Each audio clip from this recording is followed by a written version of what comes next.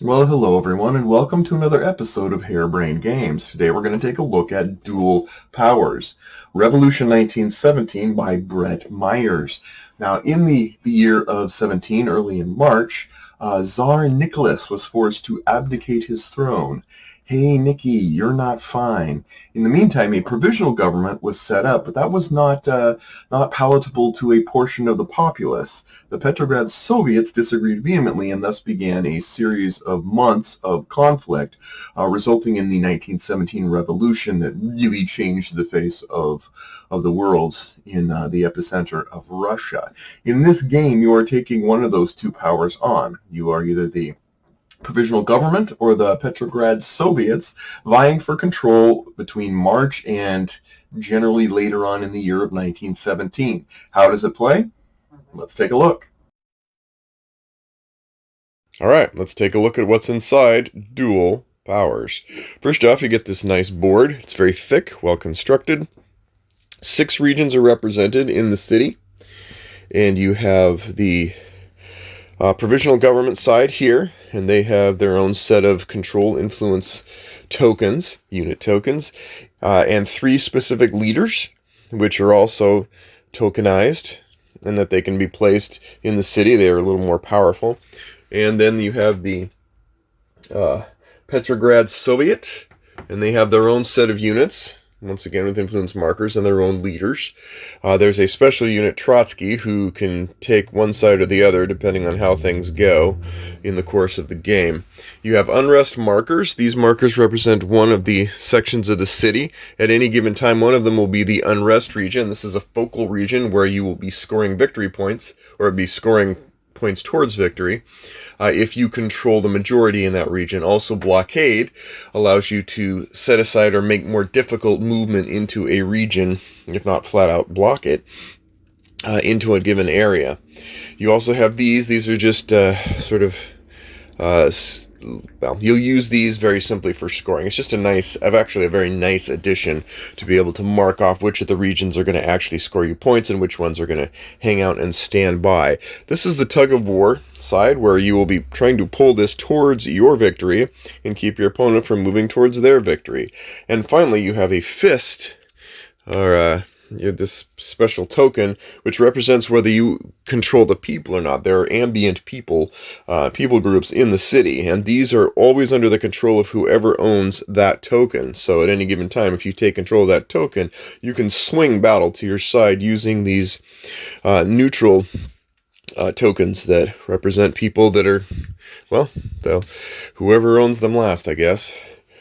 And then you have a full-on deck of cards. These cards are have some detail on them, but they're actually pretty easy to set down. They have quite a bit of interesting stuff. You have the amount of time it takes when you play this card. You have the actions you can do with that card, the region where they go, and if you use this card for an objective rather than using it for this part, then this is the amount of points you'll score towards your victory when you choose that. That'll all make sense once you do the playthrough. Finally, and lastly, you have these tokens. This is all for the solitaire variant. If you play a solitaire variant, rather than playing against your opponent, you're going to play against these tokens. There's a nice, albeit simple, solo affair where you can ramp up the difficulty playing against this sort of unnamed faction to reach victory. So that's it. That's all that's in the box.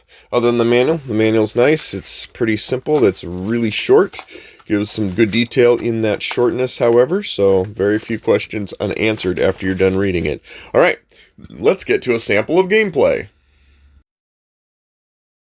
Okay, at the beginning of each round of Dual Powers, you will take 5 cards.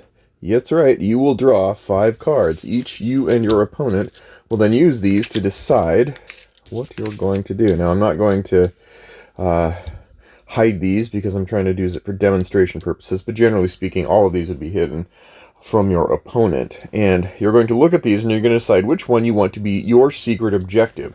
Now, we already have the unrest markers, which we're going to use now. So this is an unrest area. This is going to be scored at the end of this round, and so you want to be more influential than your opponent in this area. Also, there's a blockade here, so we're going to take our blockade unit and place it right here. Movement cannot happen through that avenue. It's blocked. Also note that this will become the next unrest area, so you have some prediction capabilities in that regard. Here we have opportunities galore. Now we have several different places that we could look at and decide that's going to be the secret area we want to have the most control of. It could backfire if it turns out we don't have the most control there and someone else does. They get those points. Sadness. So we're going to start here, and we're going to make this our secret objective. It's only worth 2 points, but what do you do? You could take a larger one, but also notice that the cards with larger objectives also usually have better actions that you can play on them too. So it's a trade-off. Then we're going to do the same thing with our Soviet opponent here. They have a little more target-rich opportunity. They're looking and going, let me try, well, let's do this. We'll make this the secret objective. That is this area here. And with that, we are done. And now we begin. We're each going to play 4 cards. We have 7 possibilities, but we can play 4 cards on our turn during the course of this round. Whoever has the fist, or the will of the people, goes first, so that is our friend in Russia. And he's going to start off right off the bat by playing this. Now he's going to first advance the time, so it takes 2 days for this event, and he can either move one of his units, which he has none on the board yet, 2 spaces, or he can place one recruitment, and he will do that. So he will take this, and he will place it in the area here that matches that, and he discards. Now it's our turn. We, on the other hand, are looking for various opportunities. This is not bad. We'll play this. We're going to move this 1, 2, 3, 4 spaces, and we can recruit or move, but we're going to recruit 2 over here. Now we are influentially in the lead in this area that's going to be the scoring region because of the unrest token. Once again, we go back to our friend, well, not our friend, in Soviet land. And what we're going to do there is take a look and see. Sorry, moving the Trotsky token. All right, we're going to use this one, and we're going to advance 3. 1, 2, 3. And then we're going to, what are we going to do? Oh yeah, we're going to move. We don't really have a need right now to move, so instead we're going to take this, and we're going to recruit a power 2 into this blue area. Not a bad idea, since we know that's the next unrest area that's going to be happen.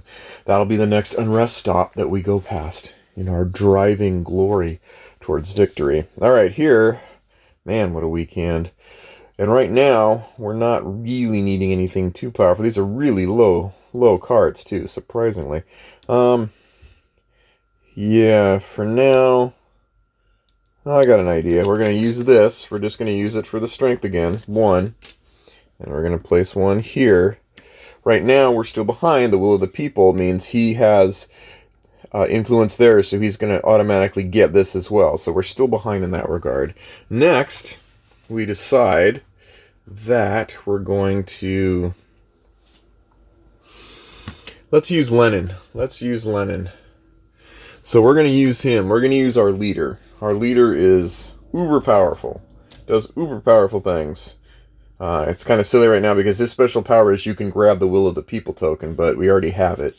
But we're going to use it anyway just to show an example. So we move 11.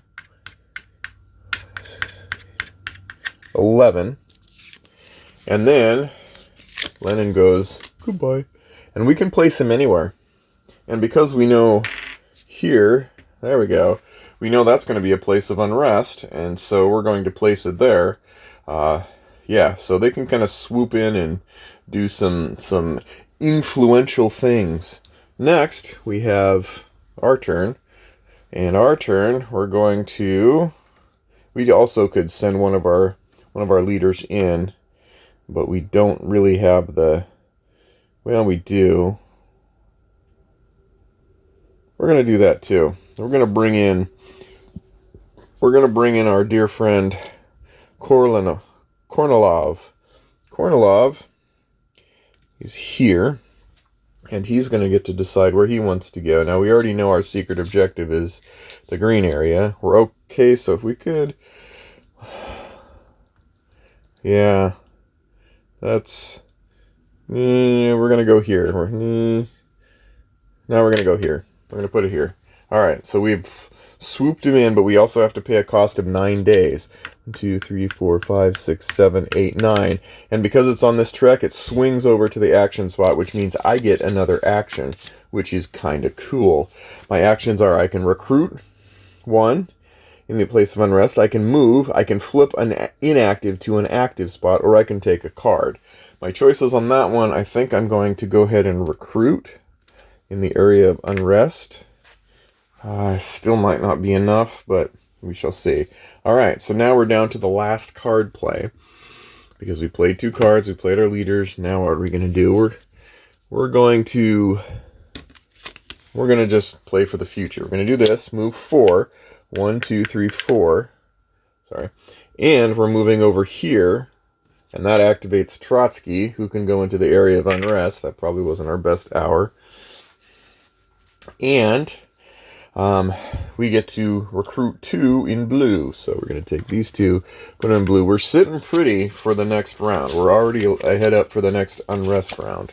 And finally, we have our choice. Now, we're doing okay in the area of unrest. Our own goals are achieved, so we could look at a lot of different opportunities, but we're just going to, I think, play it safe. And now let's just play this one. We bump it 1 day. And we place a 1 strength unit over here. All right, and that's it. We are done with that round. Now that we've done that, these are handy player cards, by the way. We resolve the region of unrest. So this is our region of unrest. We count up 3, 4, 2, 2, 4, 5. So we win that, which means we get our choice because we're still in May and June. We're still here, so we can either have 2 points or we could take a special action. We're going to do the points and move the influence over to our side. Then we reveal the secret objectives. We chose the green area, he chose the red area, and then we put second objective is the green area, third objective is the red area, if I can put it right. There we go. All right, so now we resolve these as well. In area 2, I have the advantage. That is my secret, so I get 2 more. Now, as for my opponent, he does have the advantage. I had 1 in here, but he's got 1 plus. He owns the Will of the People token, so that's 2. So he's going to get 3 points. So we're going to go 1, 2, 3 points back. And that's going to be the end of that. And then we exhaust all the tokens in these regions. So now, some of these, their value becomes less. Now it's at 0, so he's not worth much there. And as we exhaust these in each of the regions, it becomes interesting because the next time these are we need to exhaust, if they're already exhausted, they go off the map and they're done. Either they go, the regular pieces go back to your pile, the leaders leave, and I believe the neutral people leave too. Exhaust tokens. Yep, so those are all exhausted. Then finally we adjust the unrest and blockade tiles. Goodbye. This is now our place of unrest. So, and now we block this area.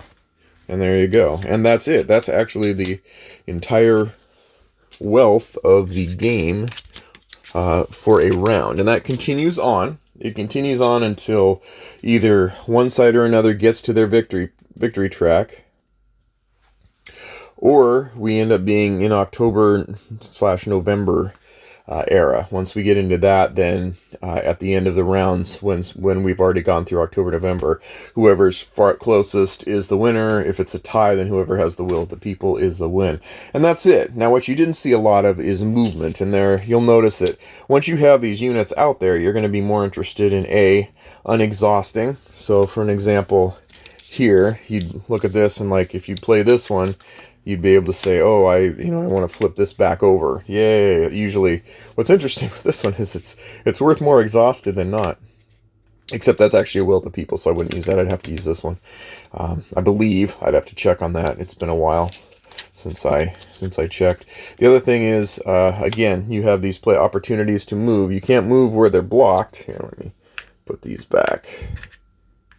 but you can move into other areas and sort of steer towards where the current objectives are. And then, of course, the double moves. You also have an opportunity. There's a special action when you take it that you can reveal the secret objective of your opponent, which might give you a little insight into where else to put stuff if you're feeling pretty good. I would say that the Soviets would feel pretty good right now about having this be a place of unrest. It would definitely be something that would be difficult for me to dislodge. Anyway, that's an example. Hopefully it gives you enough of the game for you to be able to form your own opinion. Let's get into my final thoughts. Okay, final thoughts on Dual Powers by Brett Myers. As always, let's go over the cons first. Ironically, for a game dealing with revolution, there's very little that's revolutionary here. It checks all the boxes for area control, hand management, hidden objectives, scoring. One exception to this is the variable time consumption. Now, there are several games recently that have done this. There's Nevsky, which has done that sort of, in that you place your units out there on the map, and then they last for a certain amount of turns, and unless you do something extraordinary, they're out of there. They're done serving you. Also, The Last 100 Yards is a tactical war game where as you take your turns, you're going to be rolling for a variable number of minutes that occur. Here, you've got the months going by, and your actions directly influence, your action cards directly influence how much time goes by. You have sort of this mini sort of objective of trying to hit the 15th and the 31st just right. You have the rollover to the next month that gives you Will of the People. So you can game that sort of chronological staple while playing the rest of the game. That is interesting. The other thing is I've been spoiled when I play a lot of historical themed games with a very strong connection to history to have a lot of great details. In other games, there's book references. There's usually excerpts in the. I just finished Knights of Fire, which had a tremendously. It didn't even feel. It wasn't even like a sample section of here's 4 pages on the conflict. It was here's 4 pages on the conflict. Here's a diary entry of someone who knew the conflict, littered through the manual or different references and pictures to that conflict. And that was admittedly a relatively simple game. Here, there are cards that kind of give you background of the leaders and such. There's a very short summary here, but in general, this isn't a game that's meant to teach. It doesn't mean it's bad. It was clearly not meant to be, a lecture hall in a box.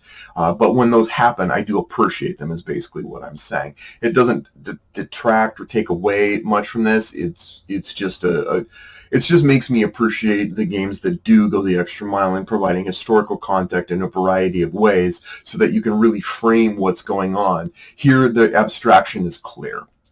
And finally, the solo game is not meant to simulate an opponent. It is its own side production, really, with its own components and its own rule set, very clear, very isolated, and perfectly fine. Think of it as another game. Do not think of it as trying to recreate the experience of a duel. Literal duel and Dual Powers. Other than that, let's get to the pros. Even though there's nothing relatively ingenious or earth-shattering in this game, it really is a polished amalgamation of all of those well-trodden concepts, and it elevates the game substantially beyond average. The turns are very quick. They're very meaningful. You'll know what to do. You can teach this in a couple minutes. The decision and the timing go hand in hand. Your playing cards, they have the timing aspect. How much time are they going to take? Could this have been used for an objective?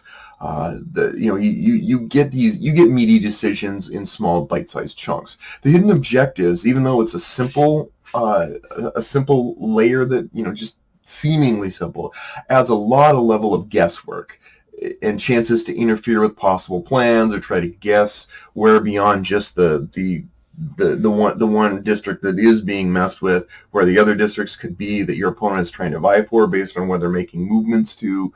That actually adds a lot, in my opinion. The tug-of-war aspect as well. This is a game, this game could end before a preset number of rounds. And that's cool because as you're going back and forth, if you meet with considerable success, the tug of war will go to your side and you'll win.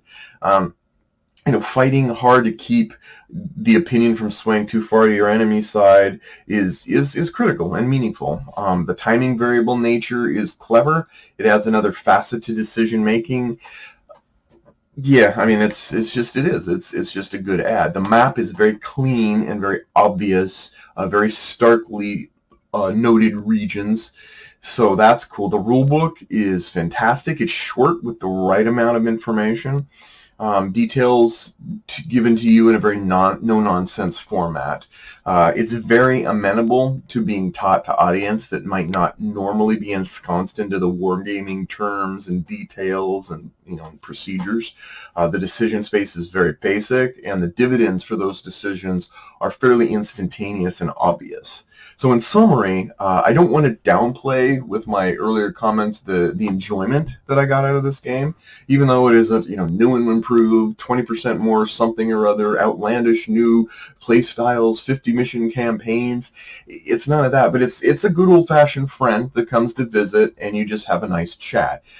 Is how I feel about it. It's a game with the solidity of a T-34 and equally so the directness. Solid, straightforward game, area control in a not often visited corner of history. So I'm glad I bought it, and I plan to keep it for the near future and possibly beyond. So thanks a lot. We'll see you next time on Harebrained Games.